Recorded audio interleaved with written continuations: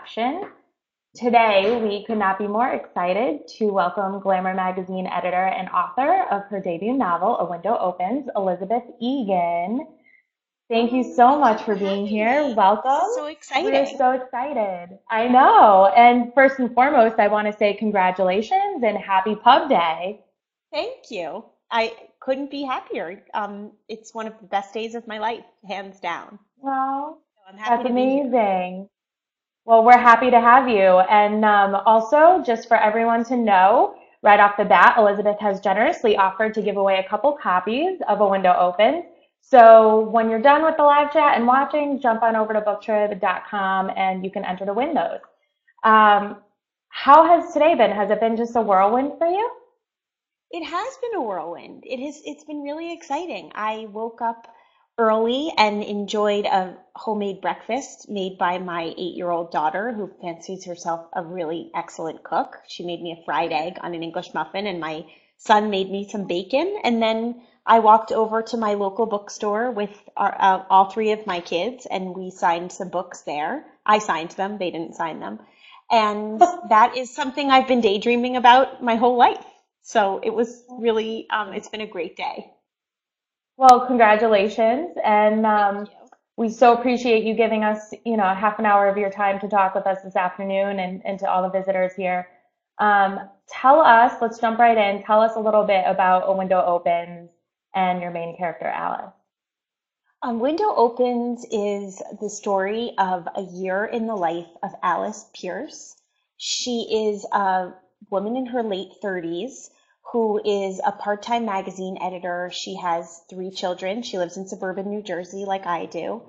And one day her husband comes home from work and announces that not only has he not made partner at the law firm where he's been somewhat unhappily for a number of years, but when he found out that he didn't make partner, he threw his computer across the room and kind of went out in a blaze of glory. And so overnight, Alice needs to find a bigger job of her own because her husband is determined to hang out his shingle and become a small town lawyer, and it really changes their whole financial situation. So she finds a job at a company called Scroll, which is a company that is dedicated to changing the future of reading. And at first, this job seems like her dream job. And the book takes us through her experience at this job, which turns out to be not what she was expecting. And at the same time that she's working through this big adjustment and getting used to this big new job, her father gets sick and her babysitter gets kind of fed up and her kids are growing up and she's not around as much as she'd like to be. So it's kind of the perfect storm of work, family of origin, current family, and how she finds her way out. Amazing. Well, Alice just seems so real and someone like pretty much every working woman and mother can relate to. What or maybe who was kind of your inspiration for her? I would say that my inspiration is myself. My life is somewhat similar to Alice's. The basic framework of my autobiography very much mirrors hers. And I was interested in writing about that point in life where maybe you have a second coming of age. I was fascinated by the idea that we always talk about the coming of age novel. And to me, that means the novel of someone in their late adolescence and teens. Right. And I think when I hit my mid-30s, it suddenly hit me, you're never who you'll be for the rest of your life. You can always reinvent yourself. And so I became fascinated with this idea of the middle-aged coming of age. And that was what I wanted to write about. And also, I realized that when I was a teenager myself, and I used to babysit all the time, I was always envious of the parents of the children I babysat for who were probably in their late 30s and early 40s. So when I turned 40, I wasn't one of those people who was dreading midlife and turning 40. I feel like I finally arrived at the point in life where I was born to be. And I wanted to write a book that celebrated the challenges of that phase of life, but also some of the fun parts and the funny parts of being the parent to small children. Absolutely. Is there anything or any moments in the book that you kind of took specifically and said, this happened to me and it kind of fits perfect for this scene. I'm gonna, write it in.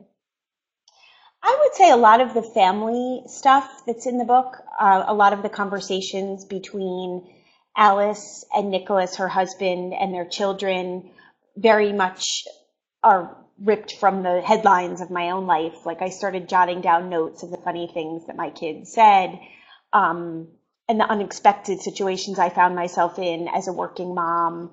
One time I went to my daughter's preschool class, and there was a big clothesline in the middle of the room with all the kids' art hung up under a sign that said, "How our family stays healthy during cold season." Mm. And I sought out my daughter's picture in that exhibit, and her picture was of a bunch of toothbrushes, and it said underneath it in the teacher's handwriting, "My mom shares everybody's toothbrush."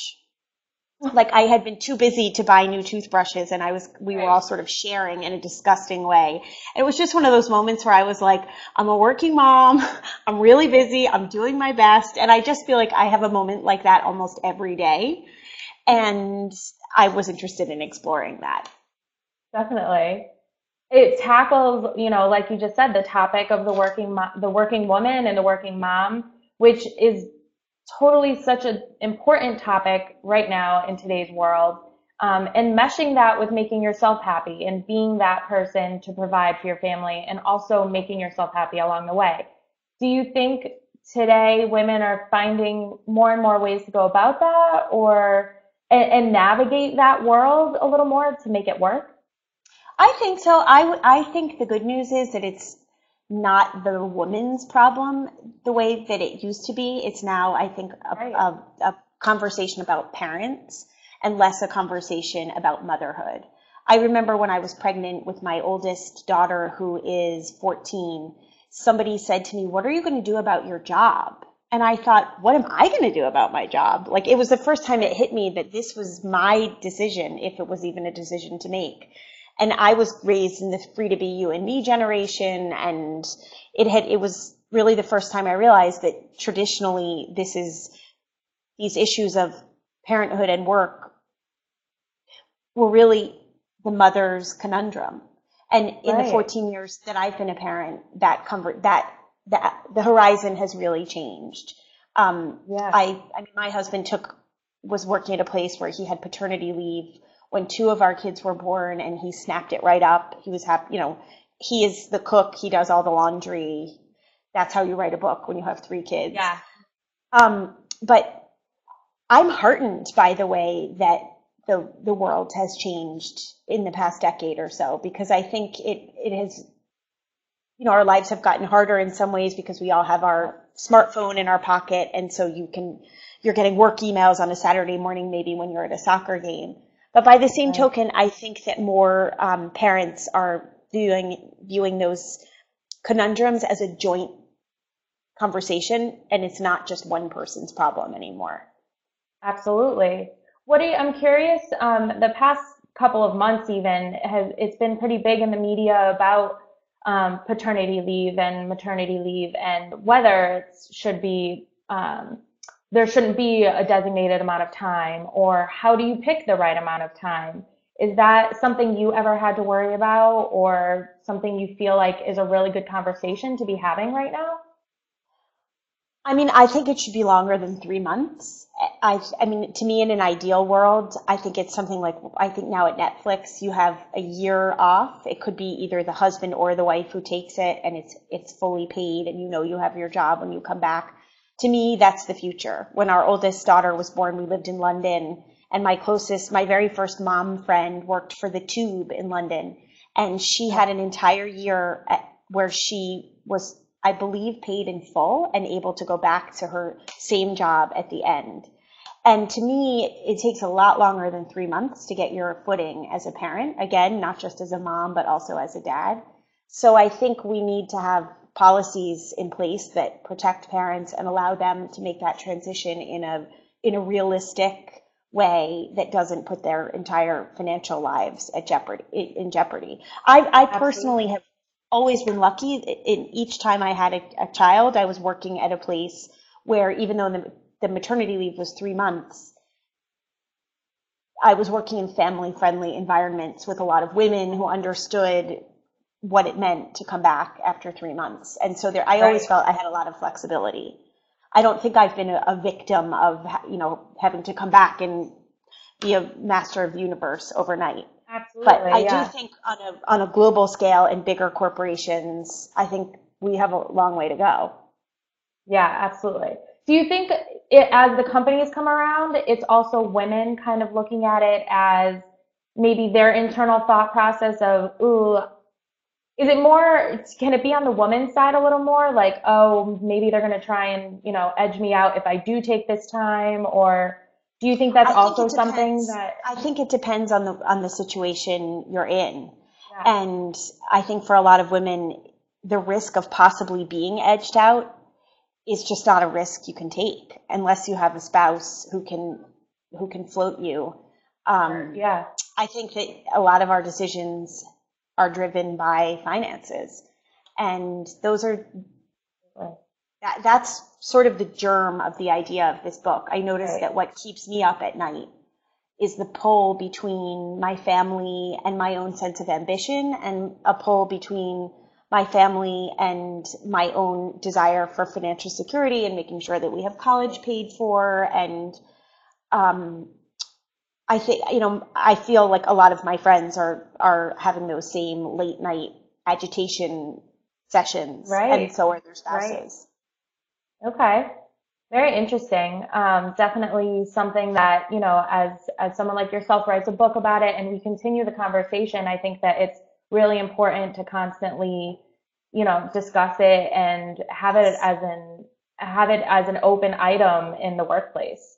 definitely, definitely. And I think that the tenor of your workplace is very important. But I also think for me, the people I surround myself with are people who are in that moment in life also and have a good sense of humor about it. And, Right.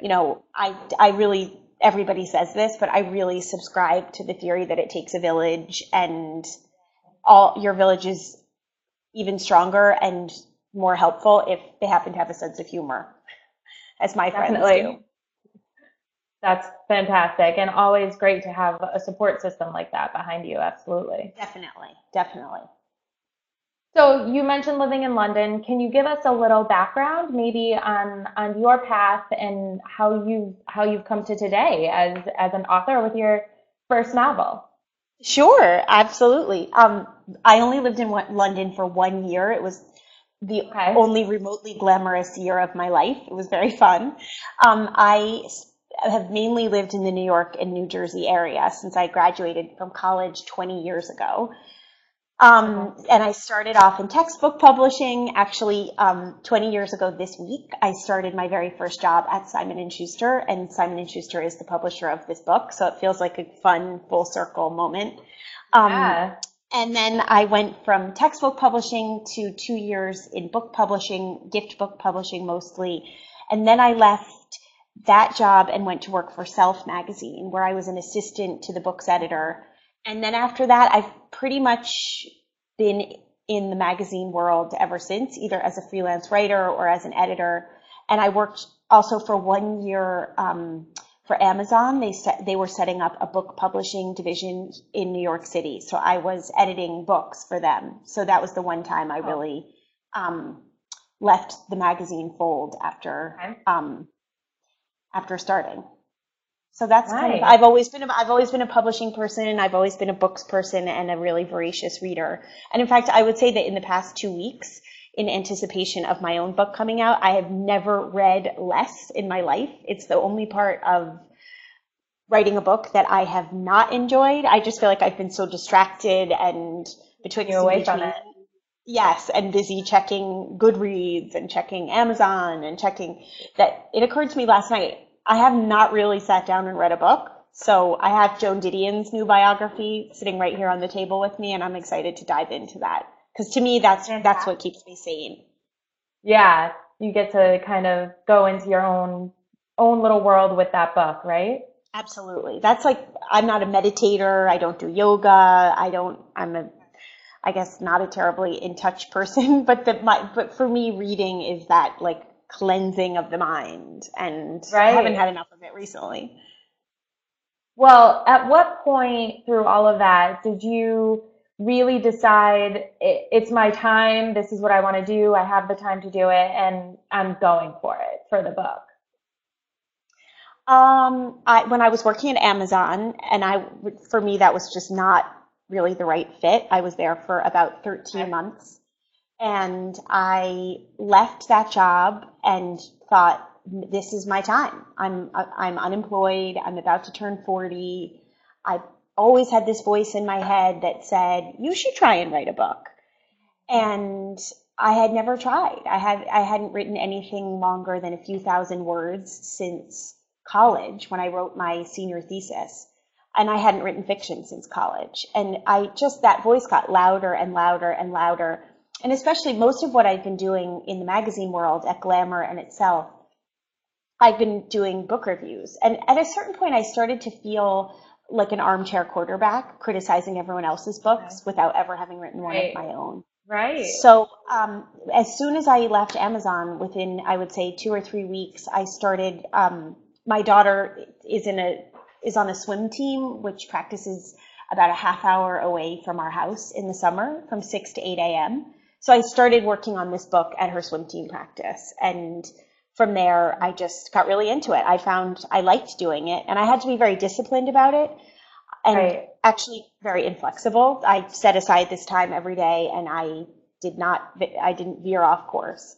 I found it humbling and hard at points, but I found that I really liked it, and it was fun to create a whole new world and new characters, and kind of to change things around in fiction the way I really would have wanted them in real life. And I really loved doing it. That's But I'm a late amazing. bloomer.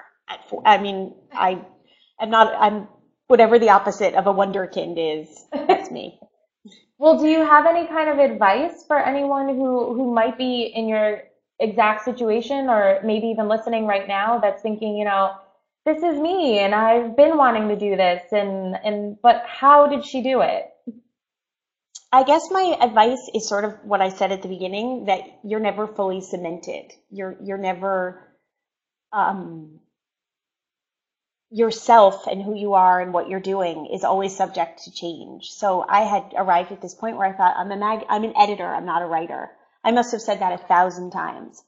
But in Right. my mind, I really wanted to be a writer. And I guess I would say to anybody, whether it's writing or it's horseback riding or it's skydiving, I think just do it. I mean, Nike was onto that bandwagon really early. I think the just do it, Right. those are some of the best 3 words you could hear. Years ago, right when Cheryl Strayed first published Wild, I went to see her read at the Barnes and Noble in Union Square in New York, which is one of the biggest Barnes and Nobles with the biggest reading areas. And I was sitting in the Right. back row. It was standing room only. And Cheryl Strayed said a version of what I just said, like, keep at it, just because you're not 23 years old Right. and publishing in the New Yorker, just swallow your pride and give it a shot. And I sat there in the last row at this reading and just totally broke down crying. And I Well, thought, I can't believe I haven't, like, you know, you have a voice. I've always had a voice as a writer. I knew right. that much. And I just thought, it's really time. It's time. I have to give it a shot. So I'm mostly relieved today going into my bookstore and seeing my book on the shelf. I was like, done. I did it. It's exciting. Are you hopeful for a follow-up or another one, and thinking like, Yes, I ooh, am. okay, I did it and let's do it Yes, again? I just sold my second book, and it's not Amazing. completely Congrats. finished, but Okay. it is well on its way. And Nice. it's very different, and I'm not quite sure yet how it will end, but the Okay. process is even more fun this time, because I have a lot more confidence in my systems and my Right. um, I just, actually, that's probably such bad karma that I just said that, but I have a little bit more faith in myself than I did the last time. Okay. Do you think there was something to kind of being blissfully oblivious to what it could take by going into it not knowing at that point? I think there was, because I didn't tell very many people that I was working on this book. I think I probably Okay. altogether told 10 people in my life. I didn't even tell my mother. And Oh, so wow. it was, yeah, it was a weird conversation when I called her and I said, "You'll never guess I sold a book." She was like, "What are you?" And I'm very close to my mom, but she, I just did not want a lot of voices in my head giving me Right. advice. Absolutely. And so this time it's a little bit different. Okay. And I think in good ways and bad ways. Like I think I tend to place too much weight on what other people say. And so it was liberating to me to just turn down the volume on the world and get in it. Right. And this time, it used to be that if I was sitting on the couch with my computer, my kids would walk through the living room and they would not even notice I was invisible to them. And Right. now they walk through the living room and they're like, "Are you working on a book?" And I made a deal with them that if I ever wrote a book that was on the bestseller list, I would finally buy them uh, an Xbox, which I feel like is Oh, really never going to happen. So I feel never confident say having them buy that. never. But every time they see me writing, they're like, "We're going to get an Xbox." So I don't have the same level of confidentiality that I used to have. Okay. Well, I think it's interesting that you said, what people say kind of resonates and stays with you because as someone who writes reviews for books and talks about someone else's work, now you're on the complete other end of it. And Yeah. how has that been reading now other people's opinions about your book and kind of having the other shoe on? How has that been for you? It has been a mixed bag. Okay.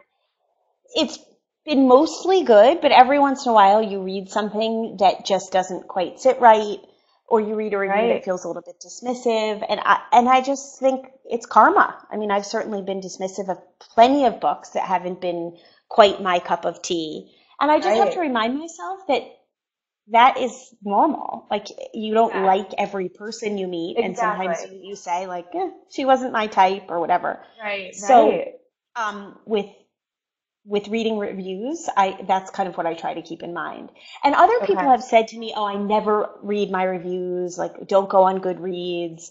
Don't read what people have to say." And for True. me, I'm really glad that I've been soaking up every bit of negative information that I can collect Okay. about my own writing because I think I'm kind of immune to it now. Now that like the newspaper Right. reviews have come out or longer takes on my book, there's kind of nothing that anyone could say that I haven't already read already on Goodreads. And Right. also it's very heartening on the plus side to see how many book bloggers and how many um, people who are not getting paid to read these books Hmm. are putting so Right. much time into their reviews I mean, there are a few people, total strangers, who have gotten behind my book in ways that I find incredibly touching, and it Oh, makes me feel better about the world, and it makes me committed to do that, to doing that right. for someone else, paying it Yeah, forward. absolutely. Definitely. Now, as far as making the switch, you were on one side of publishing and you've gone to the other side, so now you've done both. But were there roadblocks that you didn't really expect trying to make that transition over? From magazines to books. Yeah, but in the same realm of publishing, just being, the reviewer and now the writer. um I would say that the roadblocks are really about having days where you just don't feel that creative. Okay. You can bluff your way through a book review if you're not feeling, if the juices aren't really flowing, or Absolutely. if, Yeah. there are many days where I'm not writing anything, I'm just reading, which is a much more Okay. passive and to me easier way to spend the Right. day. But Right. when you're really committed to writing a book and committed to this like 2 hours a day that I was trying to commit to, Right. you have to be a little bit more on the ball. And I try to be kind to myself, and I try to not go back and edit and feel like total mortification when I read what I've written. Um, Right. but I would say that the roadblock is that feeling of looking at the blank computer screen and just thinking, I don't know how I'm going to get this character from point A to point B, or looking at a character who you've been working on for months and moving through your book for months and realizing you don't really know them. And it's like a Right. distant cousin you're re-meeting at a wedding and realizing you better get to know them because it's a main character. Yeah. So Right. in that way, it's been different. And it's been really nice to still have my day job at Glamour because to me, I'm social. I love being in an office, and that has been a Absolutely. real fuel for me in low moments Okay. to Did know you that like have, sorry, have you had a moment of like where you've maybe come across someone that was like, why is she doing this? She should be on this side of it. Or has no, anyone, any person been a roadblock for you? never. No, I have been feeling Um, more support. I feel so good about the human race. I mean, I think every author of a book I've talked to has had a different moment of when they realized, wow, this is really happening. right. And for me, I thought it would be when the finished books landed on my front porch, but it was actually when I got an email from my editor saying the galley, we sent one galley to you at work and the rest were coming to my house. I knew I would get them when I get home, but she said, I messengered one galley to your office so you can see it. And I get Right. at Glamour probably, 30 to 50 galleys every day. And I'm on a first name basis with everyone in the messenger center and all the mail guys who come to our floor. So that day I went down to the messenger center, which is in the bowels of the World Trade Center. And I said, I'm here to pick up a book. And they were like, Liz, you're always here to pick up a book. And I said, no, this time it's my book. And then when I opened up the envelope and I was just flabbergasted. I loved the cover. I loved the feel of it. I couldn't believe it was my book. And I took a picture with all the mail guys and they were like, first of all, thank you for sparing us the trouble of having to bring it all the way up to the 30th floor. But also they were like, it was like almost better than celebrating with my family. Like it was such Right. um, I knew my family would be excited, but I didn't realize how many other people you don't realize who's rooting for you until you go out on a Absolutely. limb. Absolutely. And Yeah. it was for me, that was the moment where I thought, oh my God, this book is really coming out. It's Right. exciting. That's amazing. So A Window Opens has gotten phenomenal praise up to this point. So I Thank wouldn't, you. not think about that New York Times list just yet. But we absolutely No, loved I'm it here not. at BookTrib, and Oprah's book list deemed it a must read. So you Thank might end you. up on that list after all. I loved your review. The Carol Nemetz review was like one of my favorite reviews of all. I called my Oh, mom and thank read the you. entire thing. It Oh. was hit me right in the sweet spot. So thank you. Well, we all loved it here. So I guess, did you have any fears within yourself as you moved forward with it that, maybe it wouldn't go where you wanted it to go? And how did you kind of say, you know what, I just have to silence those? I worried that I would offend people or hurt people's feelings or that I was violating my children's privacy by writing anything loosely based on them. I worried the husband in the book is actually thankfully, very different from my husband in real life. The Okay. husband in the book is kind of a loose cannon, and my husband is like the Rock of Gibraltar. So I was worried that people would think that Ethan is really like Nicholas. Ethan is my real life husband. But very early on in the process, I realized that I was in the hands of what I consider the best team in the publishing business. Not that I have much to compare them to, but my agent and my editor were so there really at every step. And then Hmm. a little bit later, my publicist, just like any question, any concern, any terrible middle of the night insecurity. Right. I felt like I had a good team in place and a good group of people saying, yes, you should worry about this. No, turn down the volume on that ridiculous fear. So once it was in the hands of the professionals, I worried less. But when it was just me and my computer on the train or on my living room couch or at the pool writing this book, that was when I worried that like I'd get in trouble with somebody. Oh, okay. Welcome to Um, my own unique brand of psychology. I think we all have those insecure inside thought processes that, we're just not quite sure how anything's going to go that we do. Yes. So we have we're almost at our end, if you can believe it, but before we wrap up, I have a quick rapid fire that we like to do at the end, and it's just a bit quick Okay. this or that. So the first thing that comes to your mind, whichever one, you just throw it at us. What would you rather read, books or a magazine? Books. Even though I'm a magazine editor, but yes, books. Coffee or tea? Coffee. Ebook or paperback? Paperback. Dogs or cats? Cats. Writing at night or during the day? During the day. City or country? Suburbs. Okay. And if you were stuck in a TV show for a month, which one would it be? Wow. Friday Night Lights, maybe? Oh, good Love Friday Night Lights. choice. I Or love it. also, can I give one more? Absolutely.